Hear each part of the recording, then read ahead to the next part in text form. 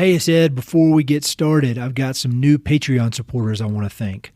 Katie Cebulski, Norman Reeder, Jessica Kelly, and The Adventure Journal all signed up to support the podcast via Patreon. I really appreciate this support. It has allowed me to expand the podcast in a lot of ways. I'm actually going to be hiring an editor for the podcast very soon, which is going to allow me to make more episodes and not spend all my time editing.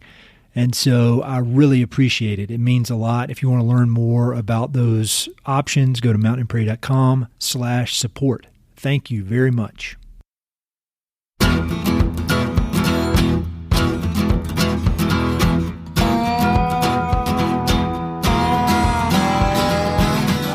Hey, this is Ed Robertson, and this is the Mountain and Prairie Podcast, where I introduce you to some of the innovative individuals who are shaping the future of the American West. I meet most of these people through my work in land conservation or through my hobbies and interests that revolve around spending time up high in the mountains.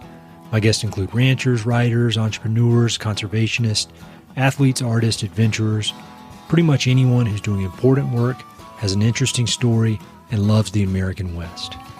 My guest today is Juanita Vero. If you're a longtime listener of the podcast, then surely you remember Juanita. She's a fourth-generation Montana rancher, conservationist, community leader, and all-around inspiring woman. She's also a devoted public servant, serving as a Missoula County Commissioner, where she gets her hands dirty with the critical and often not-so-glamorous work of county government.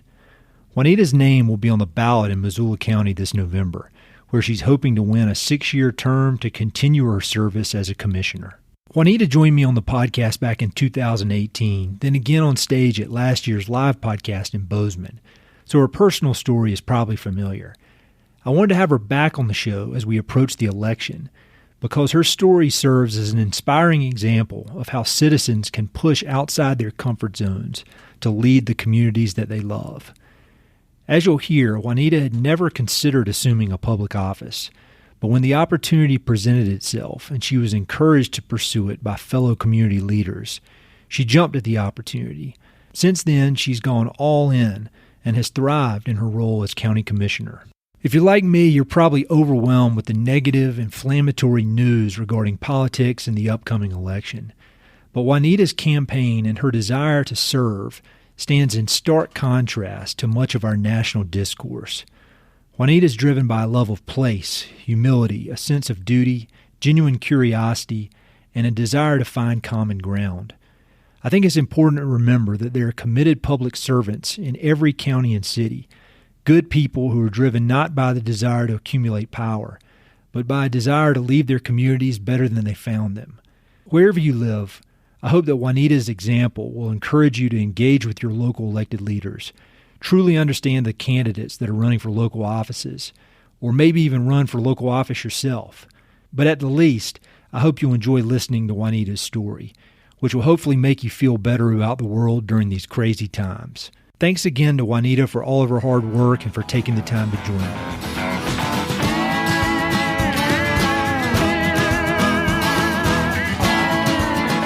In our last podcast, I have you on the record saying that you were not going to get involved in politics. And now here we are 2 years later, and you've not only been involved in politics, now you're in the middle of an election to go back in for another term. So how did that happen? What changed to make you make such an abrupt turn within a 2-year period, less than 2-year period? Oh man, this is such a great question, and I kind of marvel and ask myself this every day because it's embarrassing looking back at how emphatic I was when I last talked to you. And I really believed it at the time too. And then it's interesting. I've listened to that recording once just to figure out when I said what I said, because it's hard to listen to your own voice. Yes. And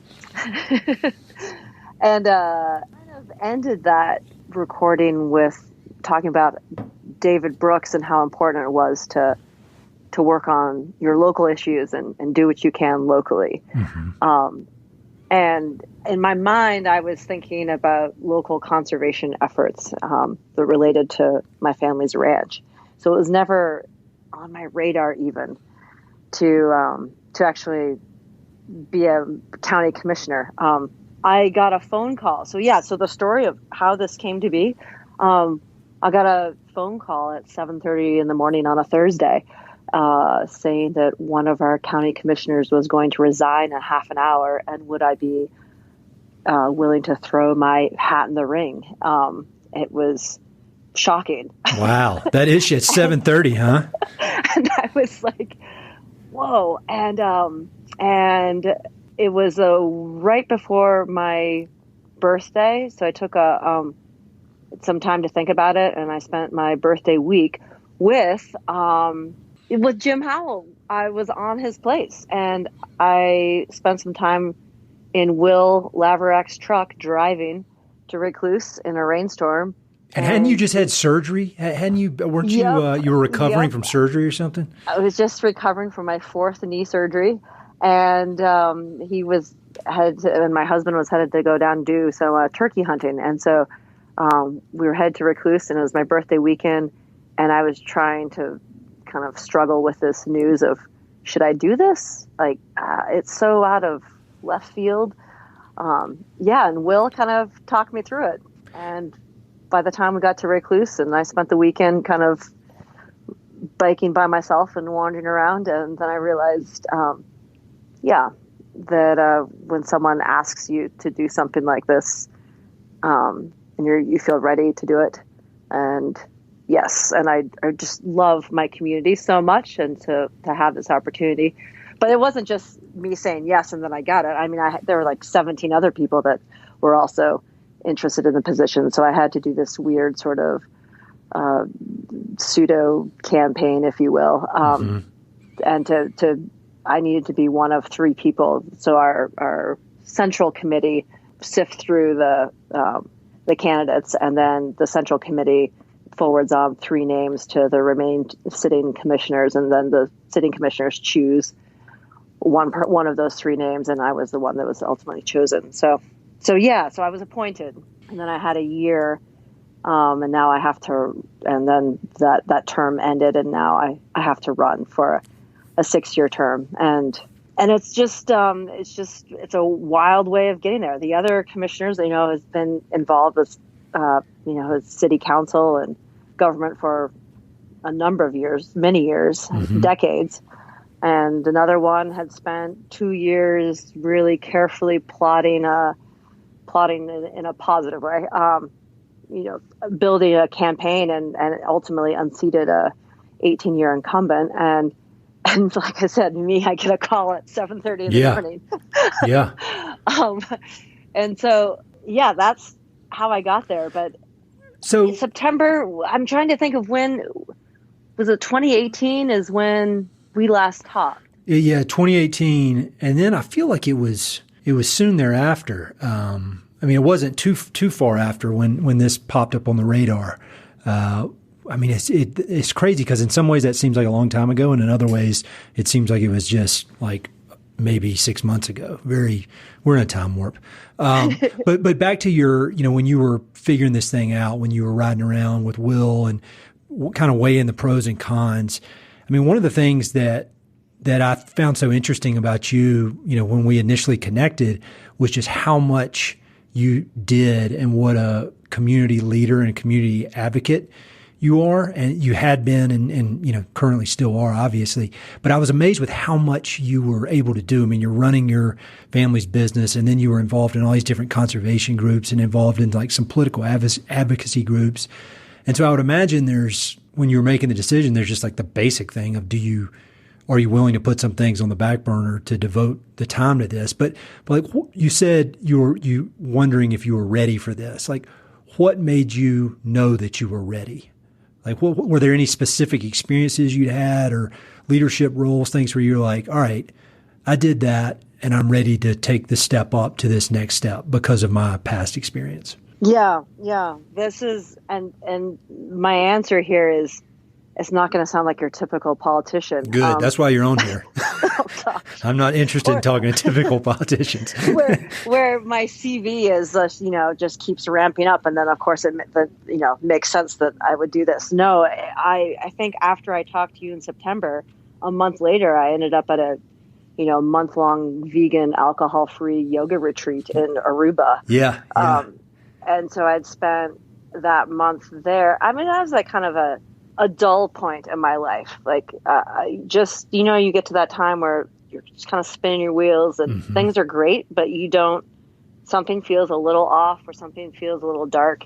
I was kind of feeling that. And I wanted to, really, I'd gone to the yoga retreat to figure out how to deal with my knees and my arthritis and, physical pain. And then, of course, it's never really about just the physical pain. You got to do the work on yourself. And so in doing the work there, I realized the importance of service and the importance of, and I think we had talked about this when I first met you, just that the responsibility when you've been gifted a life, and then the responsibility that we have to give back, and the responsibility to serve. And so I came out of that retreat recommitted to service, and that I think I had just kind of laid a foundation, if you will. So I was ready to do something more. I'd never had an existential question thrown at me, and so when this 7:30 morning call landed, that was where I was like, oh, here's the moment. Yeah. Maybe things feel ready. And how do they feel ready? Again, it's just, I hadn't had a challenge like this been presented to me. And then also scary knowing that in saying yes to this, I would be stepping away from all those boards and committees that I cared about. And then also stepping away from the ranch, which that was a physiological sensation. That's hard to think of doing. And fortunately, we have this amazing management crew at the ranch, so it's not like the ranch is going to fall apart without me. But I recognized that it was going to be very different. But man, you only have one life, and so if folks believe in you enough to ask you to serve, and I felt it was time to step up and see what I could do. Yeah, I think that is, it's almost flattering. I've never been in a position like yours, obviously, but when somebody thinks you're ready to do something that maybe you've never even considered, I mean, it can allow you to step things up to a whole new level, which is, it's a gift in a lot of ways. One more question about and terrifying. Yes, terrifying. But I found a lot of the best stuff is terrifying at the time. But one other question I have about just your thought process, and then I want to get into the details of what you're doing. And if it's too personal, I'll cut this out. But you, in some of your social media posts, I've noticed that when you have a big decision to make, you go to your grandfather's gravesite on your ranch and you visit him, and when you're making up your mind on certain things, or if it's a certain event or a big day. And so if you don't mind, and again, if you do, I'll cut it. How long has that been such an important part of your process? You're observant. Maybe a weirdo. No. No, that is great. I go talk to my grandfather. I mean, he's been dead for more than 7 years now. But because, well, first there's a place. I mean, there's like a physical. He has a grave site, and so that's I can go to a physical place, and out in the North Pasture, and I can chat with him, and you can watch the sunrise or the sunset. And and I got married not far from his grave, and it the space means a lot to me. But being able to be at that place and then talking to him and recognizing who he was in my life, and we argued. Oh my gosh, for sure. Yeah. And my grandfather wasn't this like warm fuzzy guy at all. No, and we disagreed on a lot of things. And he also wasn't.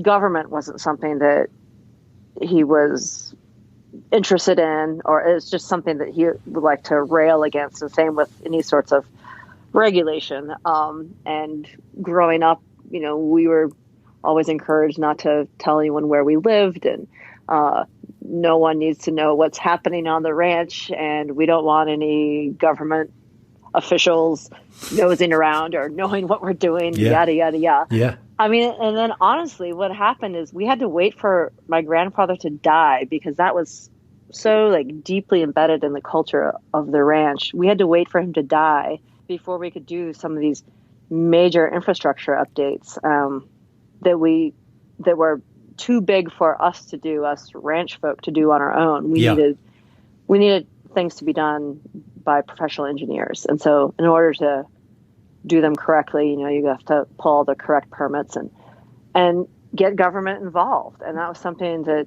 we were terrified of doing. But then once you realize that government can be a tool and is useful, and can help you achieve your goals, and you don't need to enter into a combative relationship, it really worked. I mean, we were seriously terrified of the cost and like the scope of this infrastructure update that we would have to do. Mm-hmm. We were like, this is going to close the ranch down. I mean, is this what happens? My grandfather dies and I'm fourth generation and it falls apart on my watch. Like, is that what's going to happen? So that was scary, but realizing that we could work with our county to help come up with a plan to how we're going to achieve this. And they were really great.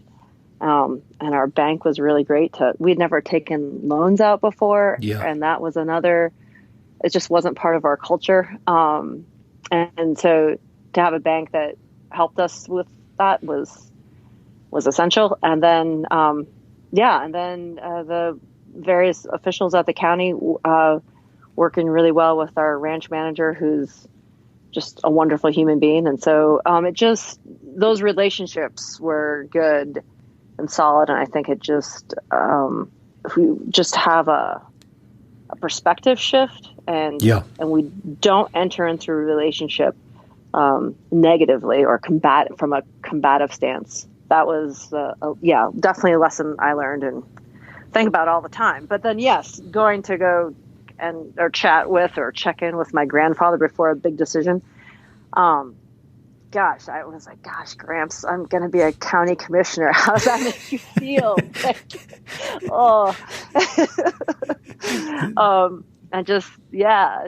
I needed his blessing. Yeah, no, I get it. I mean, I think I've got pictures of all my family members, like the family tree above my desk. And if I ever start slacking or like looking at YouTube clips, I glance up and I'm like, all these people busted their ass so hard so I can be sitting right here. I need to get off this damn YouTube. So I think that's exactly. Yeah, I mean, I think that's respect. It's respect, and it's. I don't know. I really admire that. I think I noticed it because I think it's super cool, and I think the spot, the photos I've seen of that spot are amazing, and I still need to get up there to your ranch. It seems like a great place. So we talked about this briefly when you were kind enough to be on stage with me at the live podcast, but just given the number of people we had and the audience, and we were all, or at least I was super nervous. We couldn't dig deep on this stuff. So I do want to talk about like exactly what a county commissioner does, because it is so important. It seems to me it can be even more important here in the West, where the counties are big, landscapes are big. There's big conservation issues on the line that can really shape a county for generations to come. And as we were saying before we started recording, I mean, I didn't fully understand the role that county commissioners play until I got into conservation full time. And now a lot of my time is spent with county commissioners, or considering how will the county commissioners think about what I'm getting ready to tell them or getting ready to do. So can you just explain the job, explain the role for people who have no idea what a county commissioner does? Yeah, and I didn't know what a county commissioner was 15 years ago, for sure. And I learned because this egregious subdivision proposal was being floated next door to me. And I didn't even know this it was 119 lots on 200 acres. And I didn't even know something like that could happen where I lived.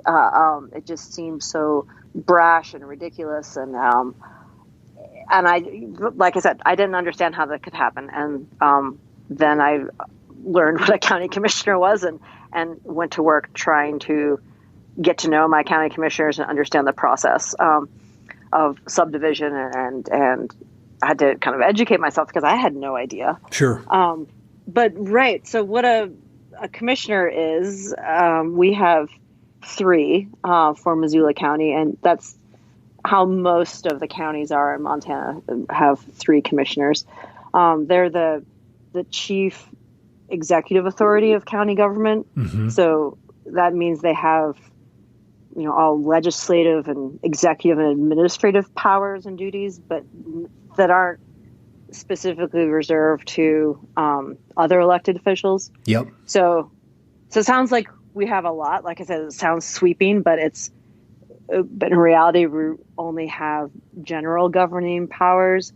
So like a city is self-governing, but we can only do explicitly what the state legislature says we can do. Mm-hmm. So people kind of assume that we can do more than we can, and that can be kind of frustrating because we can only do what the state says that we can do. So our day-to-day job is balancing like the needs of all citizens, like while you're trying to balance that fiscal restraint and then also responding to requests, to needs. And so, yeah, there's a definite tension there. Sure. Oh, yeah. And there's never enough funding to satisfy the needs. And so trying to navigate that is tricky, humbling. Oh, yeah, definitely. And so like going back to that, just so people can understand this clearly, going back to that development where they were trying to cram all those lots onto a ridiculously small piece of land for that kind of density. How did the commissioners have influence over that? Like when you found out it was going to happen, what did you going to talk to commissioners? How did that change things? I'm just trying to give a concrete example so people can get their head around it. Yeah, no, thank you. So there's no zoning. It's an unzoned land out where we are in the county. Mm-hmm. And zoning is this controversial topic because folks feel that it infringes upon their rights to do whatever. But then at the same time, when something like this is proposed and it's totally legal that a person proposes this, it's up to the commissioners then. I'm kind of making this very basic, but who determine whether this goes forward or not. Yeah. So when it comes to like land use, the commission definitely has significant power. Yeah. I mean, granted, a subdivision or a development has to meet state regulations and and address impacts to human health and safety and wildlife and soil and so forth. And it just, and health. Yeah. Did I say health and safety and water and wildlife and impacts to the community for sure. But then ultimately, because it was unzoned, a commission or the commissioners decide if the project goes forward or not. Yeah. Well, earlier just you're humble and you were downplaying the power, but that's huge. Obviously conservation has my eye just because that's what I do. But you go into a place like that and you tear that land up and cram all these houses in there, that's done. That, and then you think about all the resources that are required to service that place, whether it's infrastructure or water. Is there enough water? And so those are really big decisions that I think a lot of people don't even realize are being made. I didn't realize it. So, obviously the conservation thing is close to your heart, but you're not just dealing with conservation stuff all day. I remember at the live podcast, you were talking about you had gotten to be an expert in different kinds of asphalt they use for roads. And so you're kind of becoming a jack of all trades in so many things about county government that keep a community running. Like this isn't pushing paper around. This is decisions that have a direct impact on communities. So like why are you running right now? What are the main reasons that you want to continue doing this? You got a taste of it for the last year or so, and you obviously feel passionate about it. You know you can make a difference. You're up for the challenge for 6 more years. So why? Yeah. What's that Malcolm Gladwell with the tipping point where you 10,000 hours or 5 years? 10,000 hours, yep. Okay. Before mastery. And so I feel like 5 years before I can do this job the way I want to be able to do it. Yeah. But then also I had told, like, when I said yes to this, I had said that I was going to run. I wasn't going to just be a placeholder. I had committed to running. So okay, got it. I'm running because I also need to, because I said I would. That was the deal. Yeah, I got you. But then what I didn't expect is how, I mean, again, I don't sound like a normal politician, but it's like this deep, chewy love I feel for my fellow commissioners and staff, and the folks we interact with daily, even folks who don't like us. I have so much admiration and respect for the folks that I get to work with and serve. And then there's also this, and you don't really think of this in local government, but how important it is for your commissioners to be a team. And we don't always vote the same way. So, but we have respect for each other, and that is, and joy with each other. Like a commission that actually gets along and laughs together is something that feels so important. And I haven't played a sport, since like knee surgeries. But I haven't really played a sport since, I think the last time I played was probably 2007. So it's been a while, and this feels like to be in a team setting feels really good. And so I want to keep this team together for another 6 years, because I feel like this is a team that can do some great work for our community. And so that's why I'm running. Not so much to like, oh, it's about me and what I am going to do. No, it's more about let's keep this team together that I didn't know about, because I didn't really know these guys when I came into the job. When you hear people, people refer to this, your work, as politics. And I mean, I guess technically it is, but it's just so different than what's going on in Washington, D.C., or even what's going on at a state level, when you're dealing with the legislature or whatever. And because I honestly think that commissioners they're true servants. I mean, they're driven to that job. They're driven by service to their community. And I was thinking about the commissioners that I deal with on a daily basis, and there are 3 of them. And I was thinking, and I really had to think hard to realize what political party they are, because that just never enters the equation. So would you mind talking a little bit about how, it might be politics, but it doesn't have anything to do with political parties. It has to do with or it has very little to do with political parties. It has to do with your love for your community that you're trying to serve. Yep. And that's beautiful. That's exactly how this feels. It's immediate, that service where we are like ground level, and we're diverse. I mean, yes, I'm rural. Like I'm the commissioner that lives an hour out of town, and I live on a ranch, and I'm female, and I'm minority, but so I'm like checking a bunch of boxes. But in reality, we have one who's a organic farmer who's just on the outskirts of town, the other who lives right downtown. And, one has he went to Yale Divinity School. And cool. the other has been, was at Cornell and a professor at the university. And so we have a wildly diverse background, the 3 of us. And so I think that that's important in how we think about problems, issues, and how we communicate with folks. But you are totally right that I think our politics,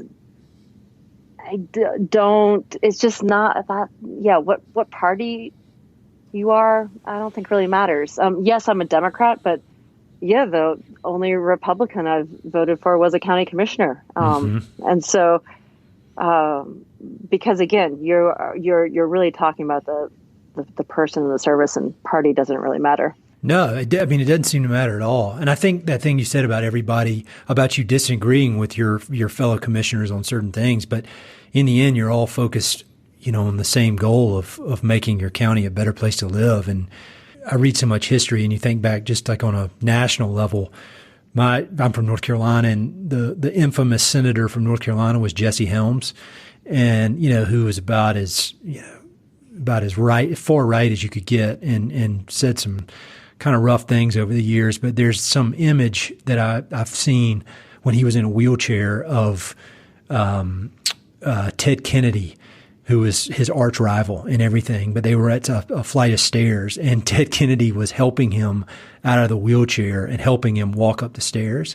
And so, I feel like that's what you want. You want people with different, far-reaching or completely different ideas about things, but they got mutual respect for each other. And I feel like that's missing on so many levels, but I'm not seeing it on county levels. There might be a little more bickering, but there's important work to be done. There's no time for that silly stuff. So, yep, you're exactly right. There isn't any time for that silly stuff. And and when it does happen, you look, reading about past commissions or looking around the state with commissions that either don't get along or they don't get along with their municipality, and it's just like, it's a waste of taxpayer dollars to have that sort of bickering and infighting or one-upsmanship or what have you. And so. And granted, I'm new to this, and so everything's still pretty sparkly to me. But we gotta get along to get good work done. So you are new, but I feel like thanks to COVID, you've probably gotten a lot more experience than you would have gotten over the past 8 months otherwise, because everybody's operating in new territory now, and it's been intense. So how has COVID changed your role, or just the role of county commissioners in Missoula in general? Yeah, COVID was tough, and I'm not sure how I would have handled it if I had come in as a new commissioner during COVID. Fortunately, I had 6 months to find the bathrooms and learn some names of folks before we were all shut down and isolated and kept away from each other. So that was really good to at least have some time to develop real relationships before we all had to go virtual. But and it's weird because things happen so fast. I had been traveling, and so our governor had put a quarantine required for folks that had been traveling out of state, and so I was in quarantine for 2 weeks. And then literally within 5 days of my quarantine, that's when all the county offices got shut down and everyone was to work remotely. And it was wild to be in this emergency there was a crisis, but things still worked. The electricity worked, the stoplights worked. But there's still this massive crisis, but it wasn't like a flood or a fire or an avalanche, it was our IT department hustling hard to figure out how to allow 850 employees to do their jobs remotely. And it was amazing how quickly people were able to contort themselves. Be remote, deal with your children, practically homeschooling your kids while you and your spouse or whoever you're living with are all working online. Wild. But one thing that, an example of how this has been useful is we would have these all community council meetings. Missoula County is 2,618 square miles. So it's a big county, and we would have these all community council meetings once a year, but they were poorly attended. But now with COVID and Microsoft Teams or Zoom, we're able to have these community councils once a month, and all councils attend. It's wild. And it's really, really wonderful that we can have that sort of communication with each other. It was much better than it was pre-COVID. But we all miss gathering and meeting. I mean, that's just human. So looking forward to the day when we can be together again. Yeah, as great as the computers are, it really isn't a substitute for the person-to-person stuff. I think we need it as a species. It's kind of a basic question, but I am curious, how was the transition for you from going from basically working outside and working on the land every day to having an office job? And now now you're working from home, but it's still tied to a computer, I would imagine, a lot of the time. So, I mean, how was that transition? Was there ever a point when you're like, man, I might have made a mistake here? Yeah, never like I made a mistake, but it definitely, I wasn't expecting how I'd feel about this. This is a little harder than I thought. So yes, last summer, having an office job when I'd never spent a summer indoors was wildly disorienting. I ended up getting some plants. I've never owned plants before, but I needed something green in my office because I just felt so disconnected. And then I was freezing all the time. My gosh, air conditioning in office buildings, you're freezing. Yes, it's very strange. It's so strange to be so cold on like 90-degree summer day. So those like physical things trip me up, or having to brush my hair, wear deodorant are also things that I didn't really do until I spent more time indoors. And then this summer, being that we have to work remotely, so I'm on the ranch but working for the county, and then I look at the activities on the ranch or whatever's happening out my window on the ranch, and there are days I need to shut the curtains. It was either FOMO or you'd be seeing something happening, you're like, they're doing it wrong. And then you can't do that. Like, you can't be that person. So just shut the curtains, look away. That's their journey. And you just have to let it go. And that was really hard this summer for sure. I bet that's just, yeah, I can't imagine that. Cause I mean, I've been in an office, at least in one way or another, for a very long time, but it is a very unnatural thing when you stop and think about it. Kind of a question about just local government in general. Before I got involved with dealing with county commissioners and dealing with local government kind of in a person-to-person, sit down at a table, talk, my main experience had been when I was in the real estate business. I would go to some of these meetings where a lot of it was about zoning type things, and people would come in and just yell and scream at commissioners or at city council or whatever. And it's an open public meeting. There's a microphone. People have 2 minutes to go up, and they just come in and start yelling. And it was just a mess, and kind of, it was entertaining, but it's kind of like watching the Jerry Springer show or something.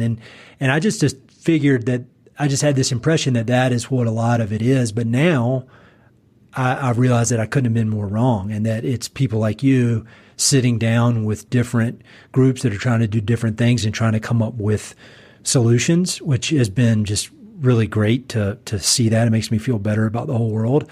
So knowing what you know after having done this job for a while, like if somebody wants to be engaged with their local government, they have something that needs to be addressed, they have an idea. I mean, what is the best way for a person like that to get engaged? Should they go to those public meetings and just not yell, or should they make an appointment with the commissioners? I mean, I know every county is completely different, and all the personalities are different, but generally, what would be your advice to somebody that wants to be engaged in a civil, productive way? Yep, all of the above. So yes, go to the community meetings because that's important to be on the record.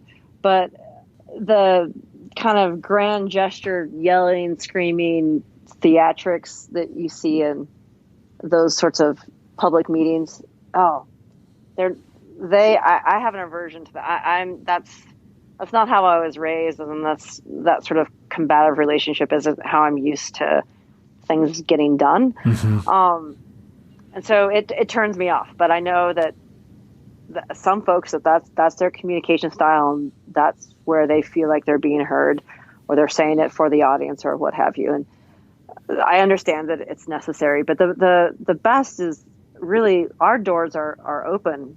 Commissioners, like you can meet with us anytime there's opening in our schedule. So just work with our scheduler, come on up and chat with us. And that I think is the most valuable. Like when I was just as a citizen trying to learn about how my county worked, I was able to stop in and talk to our planning department, to the county planning department. This is back in 2004, 5, 6, where I'm just trying to understand what subdivision is or what needs to be in place for our subdivision to be approved. And I would literally just stop in on people's offices, and they would bust out maps and explain process to me, and incredibly kind and generous with their time. And I feel like most of our county staff are like that. Like that's something that transparency and accessibility to the public is something that I would say almost to a person, our county staff really value. And I know the commissioners value. I mean, especially during budget season, if you have questions or you're not understanding what your tax bill means, our chief financial officer is totally available to walk through that with you. And he's the one who is crafting the budget, and you have immediate, people just don't know that you really do have access to folks. I mean, we're all just people. This is just people. Yep. And we kind of need to get over that weird hierarchy, or thinking that your elected officials, that you can't talk to them. But man, in Montana, you for sure can, and in Missoula County, you can for sure talk to elected officials, staff, whatever. We're here to serve. When you think about Missoula County, and I mean Montana in general, but especially Missoula County, what would you say are the biggest challenges and opportunities facing the county? Because I imagine there's a ton of both. But I mean, when you're just thinking about your job and where, when you 20 years from now, what you'd like Missoula County to be, and what the people you serve would like it to be. Like what are the things that keep you up at night, and then what are the things that get you really excited? Yeah, and you'd think that I would have some like slick sort of answer. No, I don't. Again, if you did, I wouldn't want to talk to you. But it's housing is something that we're struggling. I mean, a lot of the Intermountain West is dealing with that, and Missoula County for sure is struggling with how do you build, where do you build, how do you build conscientiously. We're lucky in that we have some geographic constraints, so we haven't sprawled all over the place. But we have to be really intentional. And how do you do that in a way that's also equitable? That's our struggle, man. Well, no, there's lots of struggles, but that is one that seems to be top of mind.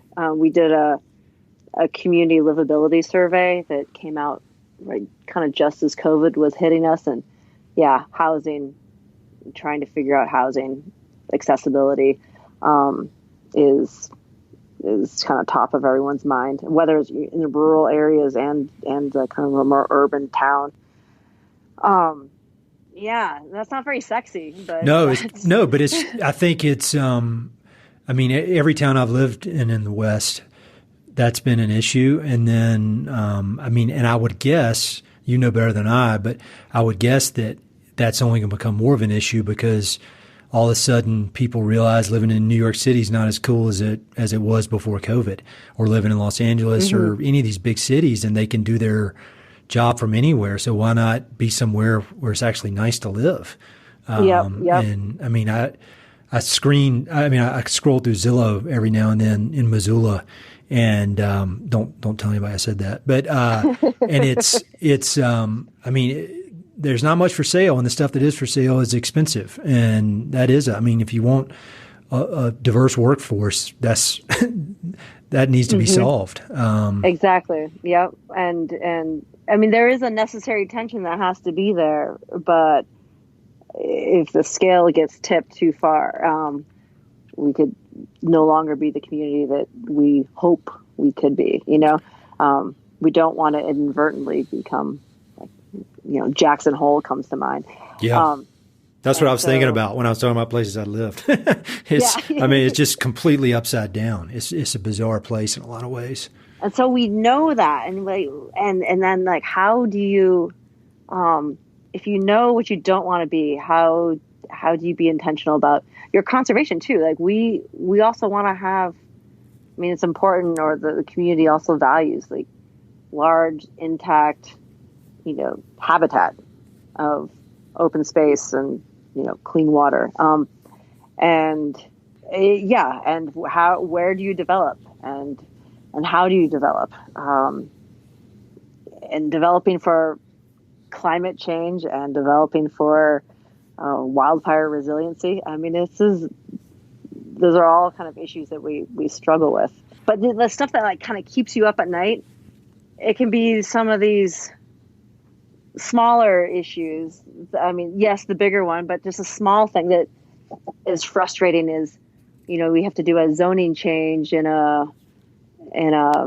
community that allows for some more commercial development in an area that the community wanted to have a diversity of commercial development and just not some residential zoning. And so it made sense. Folks were wanting to change the zoning, but then a developer came in and wants to put in a bunch of storage units, which is not what the community was anticipating with the zoning change. And so, of course, the storage units are totally legal, makes sense, and it's apparently a cash cow for developers. I didn't know storage units I'm not from a storage unit culture. Oh man, I know a lot of people in that business. It's like a money machine. It's unbelievable. That is exactly how it's been explained to me. And there's acres of storage units, and it is wild, and they just keep coming, and it's unnerving, like that kind of expression of consumption. And then, like I said, there's acres of there's nothing there. I mean, maybe if we could put some solar panels or something on them, I don't know, but it's just it's wild. Oh yeah, it's a cycle. It's like the end of a very strange cycle that ends in those storage units. So one last question kind of about your thoughts and what you're doing.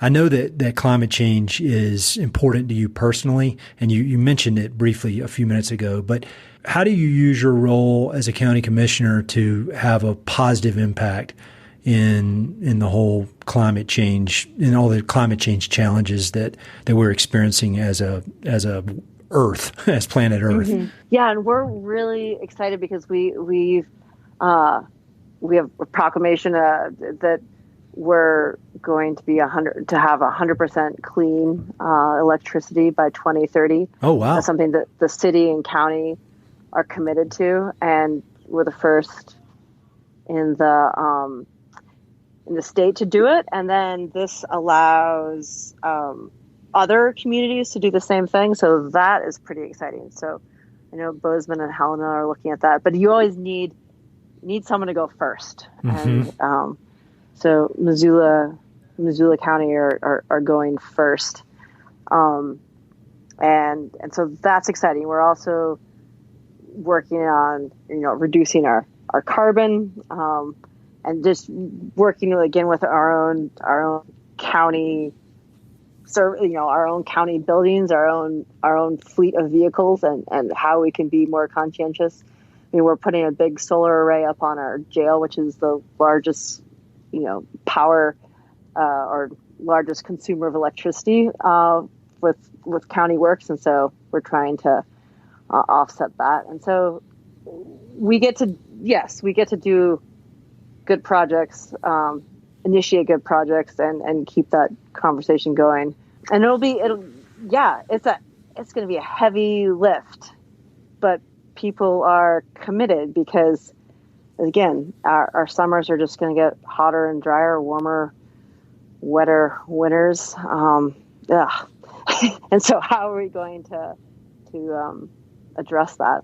I think it'll be addressed on a local level. I mean, I think what you're doing is, if you multiply that out across the whole country, that's a big impact. And I think if anything, the last 6, 7, 8 months have shown us is that local government is impactful. And that's, these people in Washington or on state level, I mean, they do good work. I mean, I don't want to just completely trash them, but I mean, when you think about work that impacts my daily life, it's people like you. It's the people in my county here, or the counties I work in.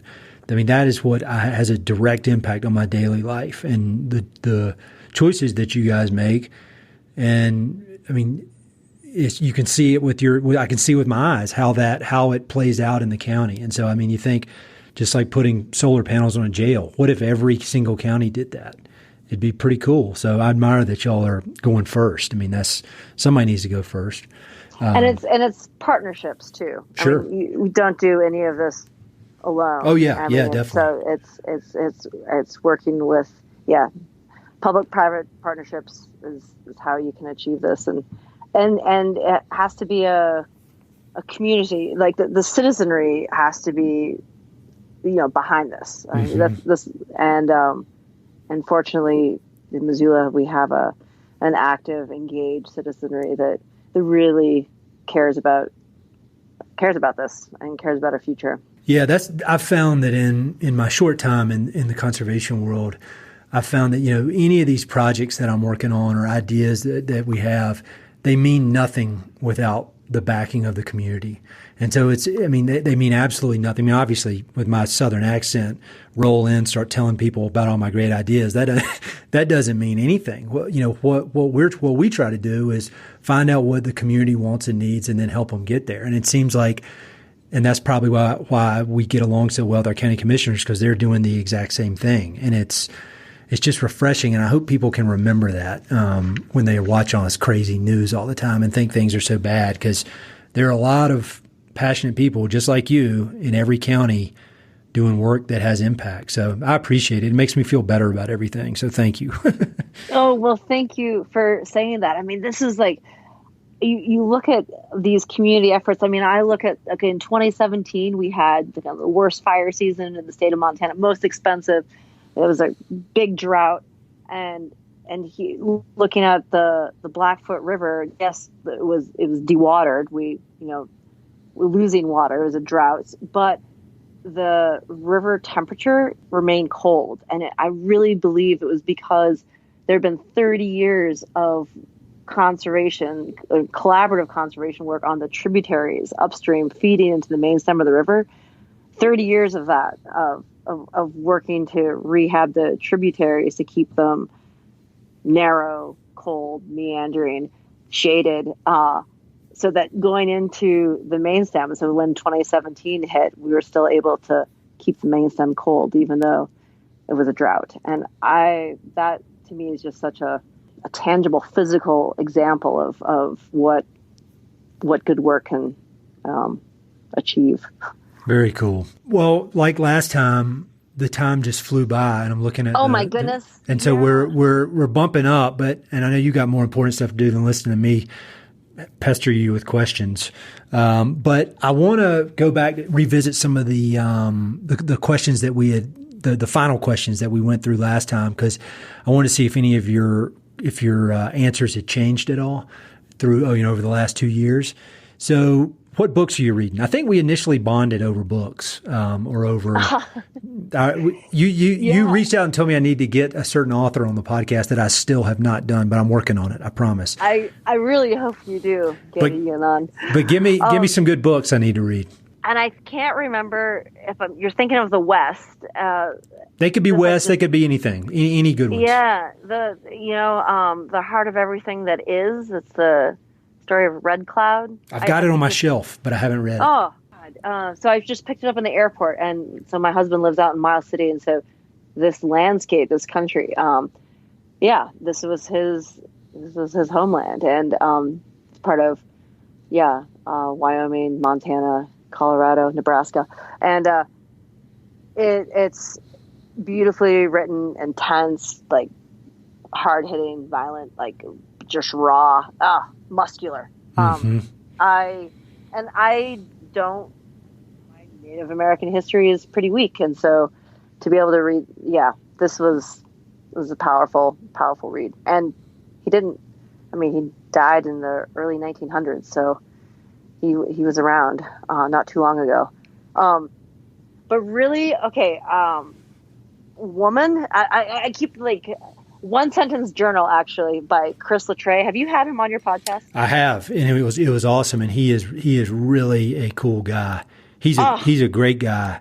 And if people haven't listened to that episode, they should go back and listen, because I read that book, and he sent me a Jim Harrison book as well, poetry that a lot of his work is influenced by, and so I went deep in that world. And he's a cool dude. He is awesome. And One Sentence Journal is something that I gave to my dad, and then it's just something to think about for myself, because I'm poetry curious, and one of these days I want to dabble and write some. But One Sentence Journal really meant a lot to me. But here's the one book that 20 years ago meant a lot to me, and I'm at a different age and stage in life, and I need to reread it. It's Woman: An Intimate Geography by Natalie Angier, and I need to read it again, because I'm a different person, different woman. But I think, regardless of gender, everyone should read this book. You should put it on your shelf. I need to. I think I mentioned this recently on a podcast episode, but I grew up, I went to all guys boarding school. I worked at an all guys summer camp. Like when I did Knowles, it was all guys. So like my entire life has been nothing but all guys. And now I work in an office, and I'm the only man in the office, and I got a wife and 2 daughters, and now they just brought in a female cat too. So like the tables have turned, and I need to do my research and get up to speed. So I'll add that to the list. It's joyful and sharp. I think you'd really enjoy it. Okay, and then I just remembered this documentaries. I had no idea that you were going to be in Public Trust. I knew my man Hal Herring was in there, and I was watching it, and then all of a sudden you popped up on the screen. How did that come to be? That's so awesome. You did great. Yes. It was so cool. They're good editors. But yeah, that is legitimately one of my favorite documentaries. Just a trailer makes me cry. Mm-hmm. I thought they did such a great job with such an important, kind of difficult to explain subject, and so good. How did I come about it? Because you're a badass. That's why they're like, we need Montana badasses. I think folks needed a place to crash while they were doing some filming. I think that's what it was. You won't give me.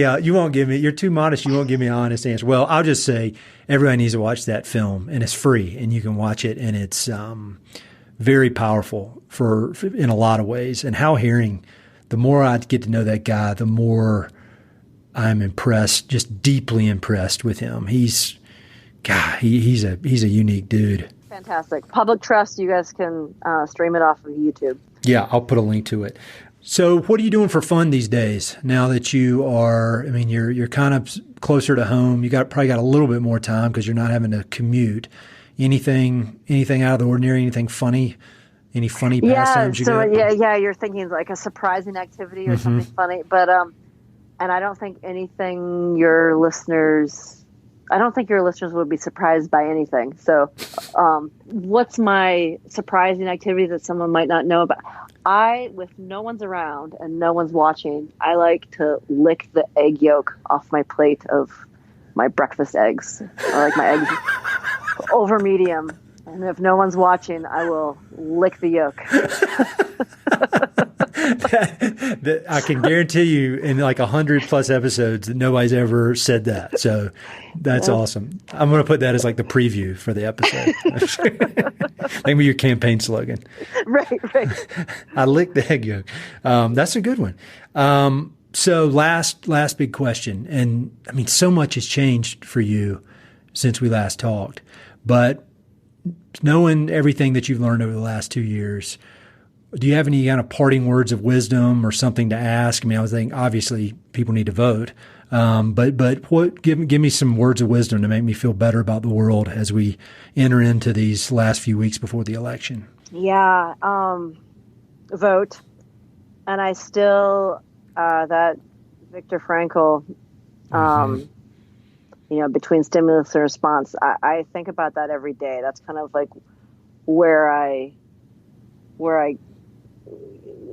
check myself. So the quotes, between stimulus and response, there's a space, and in that space is our power to choose our response, and in our response is our growth and our freedom. And when you're feeling mad, sad, bad, it helps me just find my balance. And so, but then this sounds so cheesy, but and trite, but these days it sounds more fierce, but be kind. That is something that I used to be all eye rolly about as someone's, used to be super eye rolly about it. But nowadays being kind, I think is a fierce expression. And so that would be my words of wisdom or advice, is to be kind. I think that's more timely than ever, and I agree with you. It takes effort these days to be kind. We're in a weird spot, but I honestly, I mean, I'm not blowing smoke. It makes me feel better about the world knowing that people like you, first of all, that you're doing this in Missoula County, but then knowing that there are people just like you that I don't know and I'll never meet, but they're driven by this service to their community, and they're doing this in all the counties all over the country. I mean, I hope people can focus on that and understand that, and I hope they can understand their ballot, understand who they're voting for, and know that some of these, below the president and the senators and all that, the people that really impact your day-to-day life are on that ticket. And so it's super important. But thank you for everything you do, and it's been so awesome getting to know you, and it's I just really admire everything about you. So thank you very much. Well, right back at you, Ed. This has been such a great opportunity, and I love that we got to go full circle. Yeah. Wow. And yes, the work that you're doing, spreading this, is just amazing. Your podcast and your Wednesday, your Good News Wednesday emails are the best. So, oh my gosh. Yeah. I look forward to them. Hey, it's Ed again. Thanks so much for listening to the podcast, and thanks for listening to that particular episode. I hope you enjoyed it. Before you go, I've got 3 quick things. Number 1, if you like the podcast, please do me a huge favor. Either pass it along to a friend who may be interested, share it on your social media, or go to iTunes and give it a 5-star review. All those things would mean a lot to me, and they would really help to spread the word about the podcast. Number 2, if you've listened to many of these episodes, you know that I love reading and I love talking about books. Every other month, I send out a quick email with a few books that I've recently read and highly recommend. The subjects are varied, but they're pretty much all nonfiction with an emphasis on history, biographies, adventure narratives, and topics related to the American West. There are no sales pitches for ranches, no spam, no other kind of nonsense, just books. So if you'd like to sign up for the list, head to Mountain and Prairie/reading, or just go to Mountain and Prairie and there's a massive tab at the top that says book recommendations. Click on it. There are a ton of good books that I've read. Some of the old email lists are on there. You can go crazy. There are a lot of books. And finally, if you know anyone I should interview for the podcast, please don't hesitate to reach out and let me know. All my contact info is at mountainandprairie.com, and I'm on all the social media stuff, Facebook, Twitter, Instagram, blah, blah, blah. So feel free to reach out. I'd love to have some recommendations and suggestions of interesting people I should meet. All right, that's it. Thanks for listening. Talk to you soon.